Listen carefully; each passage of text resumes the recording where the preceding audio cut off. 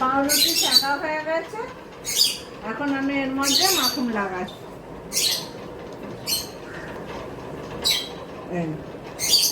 মাখন লাগিয়ে এসব পাউরুটিগুলো এখন মাখন লাগিয়ে নেবো। মাখন লাগানো হয়ে গেছে, এবার আমি আলু কাটবো পাতলা পাতলা করে। পাতলা পাতলা করে আলুগুলো কেটে নেবো। এইভাবে সব কটা আলু কাটবো, আর তারপরে ডিমটাকে কাটবো পাতলা করে।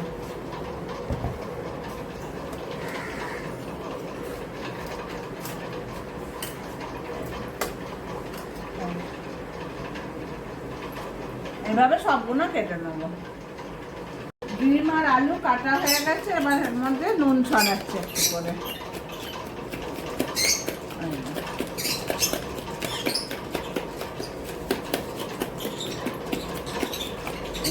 নুন দিয়ে দিলাম, এবার দেবো ব্ল্যাক পেপার গুঁড়ো।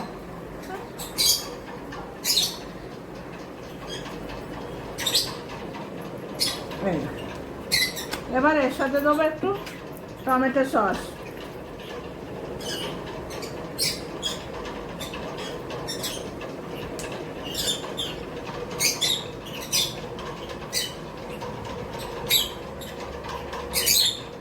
অল্প করে দিয়ে এটাকে ভালো করে সব মাখিয়ে নেবো। হাত দিয়ে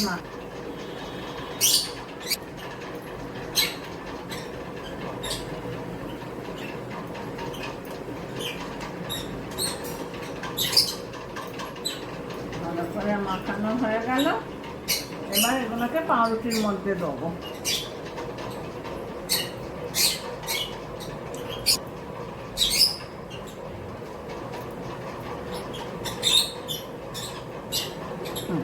দিয়ে একটা করে চাপা দিয়ে দেবো।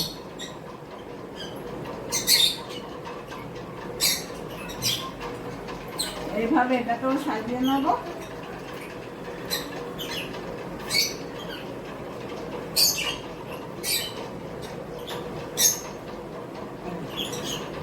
দিয়ে এই চাপা দিয়ে দেবো। আমাদের ব্রেকফাস্টে আজকে রেডি হয়ে গেল এগ পটেটো স্যান্ডউইচ। খুব সহজভাবে, খেতেও ভালো লাগবে। একটু খেয়ে বলো কেমন হয়েছে।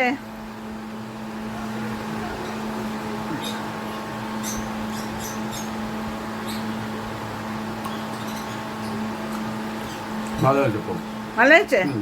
একদম সিম্পল ভাবে তৈরি, আপনারাও এইভাবে করে খেতে পারেন।